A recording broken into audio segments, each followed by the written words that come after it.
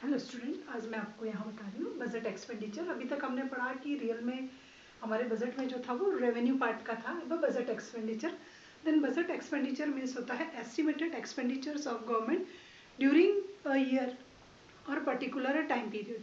तो particular time period में government के जितने भी टोटल एक्सपेंडिचर होते हैं, it is known as budget expenditure. और एटलीस्ट ये एस्टिमेटेड होते हैं, एस्टिमेशन ही होता है, अभी उनका अप्रूवल होना बाकी होता है। ये अप्रूव्ड हो चुके होते हैं बट अभी इम्पोज नहीं होता है। तो बजट एक्सपेंडिचर जो होते हैं वो गवर्नमेंट के टोटल एक्सपेंडिचर होते हैं जो पर्टिकुलर एक टाइम पीरियड में गवर्नमेंट को डिफरेंट सेक्टर्स पे जो है वो करने होते हैं। तो budget expenditure is divided into two part. First is revenue expenditure and second is capital expenditure. Budget expenditures को हम टू पार्ट में डिवाइड कर देते हैं, वही जैसे कैपिटल रेवेन्यू रिसिप्ट रेवेन्यू था उसी स्टाइल से revenue expenditure and capital expenditure. Then what do you mean by revenue expenditure? कि गवर्नमेंट के थ्रू जो रेवेन्यू एक्सपेंडिचर एटलीस्ट किए जाते हैं, एटलीस्ट उनका मीनिंग क्या होता है? तो does not create any assets.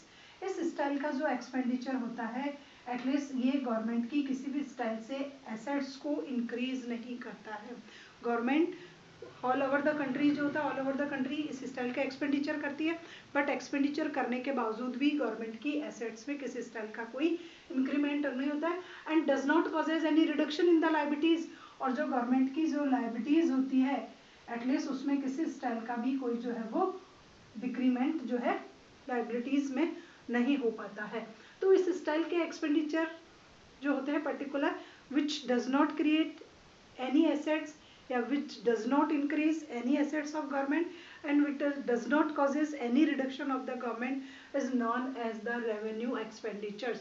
For example होते हैं कि जैसे does not create any assets, कि गवर्नमेंट ने कुछ एक्सपेंडिचर्स किए, जैसे ओल्ड एज को पेंशन दी गवर्नमेंट ने जो हमारी कंट्री में चलती है, ओल्ड एज पेंशन है, स्कॉलरशिप है, इस स्टाइल के जो ट्रांसफर पेमेंट होते हैं। तो इस स्टाइल के एक्सपेंडिचर्स को करने से गवर्नमेंट की इनकम में एसेट्स में किसी स्टाइल का कोई जनरेशन नहीं होता है। गवर्नमेंट आपको स्कॉलरशिप दे रही है और ये दे रही है। और does not causes any reduction in the liabilities, कि गवर्नमेंट ने क्या किया, स्टेट गवर्नमेंट को जो है वो लोन्स दे दिया, सब्सिडी दे दी, हेल्प कर दी जब नेचुरल क्लेमिटीज आ गया। तो इससे गवर्नमेंट की कोई लायबिलिटीज रिड्यूस नहीं हो रही है, गवर्नमेंट ने वो दिया, वो गवर्नमेंट की लायबिलिटीज थी। तो ना तो एसेट्स इंक्रीज हो रही है और ना ही लायबिलिटीज रिड्यूस हो रही है। स्टेट गवर्नमेंट को लोन दिया at the time of natural calamities. तो these types of expenditure is known as revenue expenditure.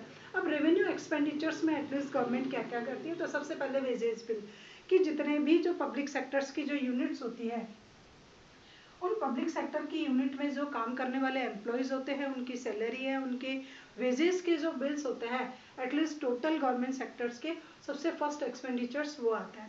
Second आता है इंटरेस्ट का पेमेंट, कि अगर गवर्नमेंट ने कहीं से कोई लोन ले रखा है, IMF से है, वर्ल्ड बैंक से है, अदर बैंक से है, इसमें इंडिया का सेंट्रल बैंक नहीं आएगा, आउट ऑफ इंडिया अगर कोई लोन ले रखा है, NRI से लोन ले रखा है, FDI ले रखी है, तो कुछ भी अगर गवर्नमेंट ने ले रखा है इस स्टाइल का लोन, तो उस लोन पे जो इंटरेस्ट पे किया जाता है एटलीस्ट उस स्टाइल के इंटरेस्ट को हम रेवेन्यू एक्सपेंडिचर में इंक्लूड करते हैं। नेक्स्ट आता है कि एक्सपेंडिचर ऑन द सब्सिडीज, की अगर गवर्नमेंट ने किसी भी टाइम पीरियड में किसी पर्टिकुलर सेक्शन को या पर्टिकुलर सेक्टर्स पे सब्सिडी की फैसिलिटी देती है गवर्नमेंट, तो ऐसी सब्सिडी की फैसिलिटी गवर्नमेंट के थ्रू जो दी जाती है, तो वो सब्सिडीज होती है, वो रेवेन्यू जो है वो एक्सपेंडिचर कहलाती है, क्योंकि उससे आपकी लायबिलिटीज भी कम नहीं हुई है और आपका एसेट्स का जनरेशन भी नहीं होता है। और अगर गवर्नमेंट हमारे डिफेंस को इम्प्रूव करने के लिए किसी स्टाइल का कोई एक्सपेंडिचर करती है, तो इस टाइप के जो एक्सपेंडिचर होते हैं which is known as revenue expenditure. तो इन एक्सपेंडिचर से जो होगा वो गवर्नमेंट के सारे जो होंगे, ना तो एसेट्स इंक्रीज हुई ना लायबिलिटीज हुआ। अब what is the meaning of capital expenditure? Then capital expenditure is those expenditure which create assets for the government, and causes reduction in the liabilities, कि जिससे गवर्नमेंट की एसेट्स में जनरेशन होता है, गवर्नमेंट की एसेट्स क्या हो जाती है, इंक्रीज हो जाती है, और लायबिलिटीज जो है वो डिक्रीज हो जाती है। तो ऐसे एक्सपेंडिचर होंगे विच इज नॉन एज, देखो उसमें नॉट लगा हुआ था, not create any assets, not causes any decrease in liabilities, जबकि इसमें those expenditure which increase the assets of government and which decrease या reduction in the liabilities of government is known as capital expenditure. तो जो government की assets को powerful बना देते हैं, लाइबिलिटीज को लोअर कर देते हैं, these types of expenditure is known as capital expenditure in particular time period. अब इनकी कैलकुलेशन जो होगी वो एक पर्टिकुलर टाइम पीरियड में होगी, ड्यूरिंग द ईयर होगी। फॉर एग्जाम्पल होते हैं कि पेमेंट ऑफ जो है एमएनसीज और डोमेस्टिक इंडस्ट्री के गवर्नमेंट ने क्या किया, शेयर परचेज कर लिए। गवर्नमेंट ने क्या किया, एक एक्सपेंडिचर किया जिसमें कोई एमएनसीज थी एटलीस्ट उसकी शेयर की ऑनरशिप ले ली, या कोई डोमेस्टिक इंडस्ट्री थी उसको टेक कवर कर लिया। तो ऐसा जो एक्सपेंडिचर होगा वो गवर्नमेंट की एसेट्स को जो है वो इंक्रीज कर रहा है, इस टाइप का। अब गवर्नमेंट जो है उस एमएनसीज की जो है वो ऑनरशिप हो जाएगी और उस डोमेस्टिक यूनिट्स को भी ले लेगा। और उसके बाद है रीपेमेंट ऑफ लोन। जैसे गवर्नमेंट ने एक एक्सपेंडिचर किया कि लोन जो लिया था उसको रीपेमेंट कर दिया, चाहे वो आईएमएफ का हो, पब्लिक सेक्टर का हो, आरबी कहीं का भी कोई भी लोन हो, डोमेस्टिक साइड से हो और इंटरनेशनल मार्केट से लिया गया हो, अगर इस स्टाइल के लोन का गवर्नमेंट रीपेमेंट कर देती है तो लायबिलिटीज जो होती है वो गवर्नमेंट की रिड्यूस हो जाती है। Then this type of expenditure is known as capital expenditure. तो क्लियर हो गया, वहां पर कुछ भी नहीं हो रहा है लेकिन यहाँ पर एसेट्स इंक्रीज हो रही है और लायबिलिटीज जो है वो रिड्यूस हो रही है। तो इस टाइप के जो एक्सपेंडिचर होते हैं उनको हम कैपिटल मानते हैं। अब there are two types of expenditure, again planned expenditure and non planned expenditure. कुछ एक्सपेंडिचर जो होते हैं वो विद प्लानिंग्स होते हैं, गवर्नमेंट पहले प्लानिंग प्रिपेयर करती है फिर उन एक्सपेंडिचर को लॉन्च करती है। और कुछ होते हैं नॉन प्लान एक्सपेंडिचर जो विदाउट प्लानिंग के जो होते हैं, this known as non planning expenditure. अब प्लान एक्सपेंडिचर में होता है जैसे स्पेसिफाइड प्लान बन गया गवर्नमेंट का, कोई प्लानिंग बन रही है, कोई प्रोग्राम्स बन रहा है, कुछ प्रोजेक्ट हो रहा है, स्टेट गवर्नमेंट को लॉन्च की जो फाइल्स होती है वो गवर्नमेंट पहले से डिसाइड करती है कि किस किस स्टेट को कितने कितने स्टेल्स में लोन को डिस्ट्रीब्यूट करना। तो ये जो होते हैं कि स्पेसिफाइड प्लान, प्रोजेक्ट और प्लानिंग के अकॉर्डिंग होते हैं expenditure, then these expenditure is known as plan expenditure. Again आता है नॉन प्लान एक्सपेंडिचर। तो नॉन प्लान एक्सपेंडिचर्स में विदाउट एनी प्लानिंग्स हो जाते हैं, जैसे रूटीन फंक्शंस के जो गवर्नमेंट के एक्सपेंडिचर होते हैं कभी हाई और कभी लो हो जाते हैं, तो उनकी प्लानिंग जो है वो फिक्स नहीं होती है। और गवर्नमेंट की कुछ सर्विसेज होती है, फॉर एग्जांपल है लो है, ऑर्डर है, डिफेंस है, तो गवर्नमेंट को इन सर्विसेज को मेंटेन करना पड़ता है। तो जब इनकी रिक्वायरमेंट हाई होती है तो एक्सपेंडिचर हाई हो जाता है, जब इनकी रिक्वायरमेंट लोअर होती है तो इन पर एक्सपेंडिचर जो है वो लोअर हो जाता है। तो गवर्नमेंट की ऐसी सर्विसेज पे किया हुआ एक्सपेंडिचर कहलाता है non plan expenditure. Now come on the point that what is the difference between revenue receipt and capital receipt. वो हम पहले पढ़ चुके हैं अभी कि रेवेन्यू रिसिप्ट क्या था और कैपिटल रिसिप्ट क्या था। तो रेवेन्यू रिसिप्ट जो होगा, पहले आपको इन दोनों का मीनिंग लिखा देना है, जो आपको मीनिंग लिखाया हुआ है कि ये जो होता है इनमें एसेट्स और लायबिलिटीज जो होती है उस पर किसी स्टाइल का कोई भी इम्पैक्ट शो नहीं होता है। इस स्टाइल की जो रेवेन्यू रिसिप्ट होती है उसमें एसेट्स और लायबिलिटीज पर नो इम्पैक्ट, नो इफेक्ट जो है वो शो होता है, नॉट इंक्रीज और नॉट डिक्रीज, ना तो आपकी एसेट्स इंक्रीज होती है ना ही आपकी लायबिलिटीज होती है। अगर ऐसी रिसिप्ट से डिक्रीज होती है then this receipt is known as revenue receipt, जो डेफिनेशन मैंने आपको पहले दी थी। अब कैपिटल रिसिप्ट्स में क्या होता है कि आपकी एसेट्स जो होती है वो लोअर हो जाती है और आपकी लायबिलिटीज जो है वो हाई हो जाती है।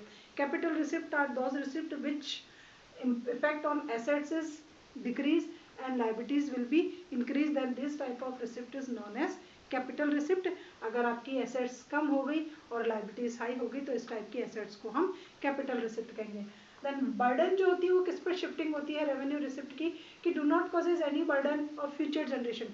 फ्यूचर जनरेशन पे एटलीस्ट इस स्टाइल की रिसिप्ट की कोई भी बर्डन की शिफ्टिंग नहीं होगी, एटलीस्ट जिस पर इम्पोज किया एट ए टाइम एटलीस्ट उसी को इसको पे करना पड़ता है। जबकि कैपिटल रिसिप्ट की जो बर्डन होती है वो फ्यूचर जनरेशन पे इसकी शिफ्टिंग होती है। आपने दिया है तो लॉन्ग टाइम तक जो फ्यूचर जनरेशन होगा एटलीस्ट वो उसको पे करती ही रहेगी, तो इसकी बर्डन की शिफ्टिंग जो है वो पॉसिबल है, जबकि इसमें बर्डन की शिफ्टिंग जो है वो फ्यूचर जनरेशन पे पॉसिबल नहीं है। अब उसके बाद है कि high revenue receipt point the sound condition of economy. अगर revenue receipt, if the revenue receipt high in any economy, अगर गवर्नमेंट रेवेन्यू रिसिप्ट के थ्रू हाई जो है इनकम जनरेट कर रही है, हाई रिसिप्ट जनरेट कर रही है, then it is show the sound condition of economy. तो उससे ये होता है, ये एक तरह से सैम्बल है या इंडिकेटर्स है कि उस इकोनॉमी की जो कंडीशन है वो साउंड है, सॉलिड है, प्रॉस्पेरिटी है, प्रोग्रेसिव है। और high capital receipt point the poor financial health. अगर रेवेन्यू कैपिटल रिसिप्ट हाई है it means it indicate the poor finance health of economy की कंडीशन बेटर नहीं है। इस तो this is the difference between revenue receipt and capital receipt.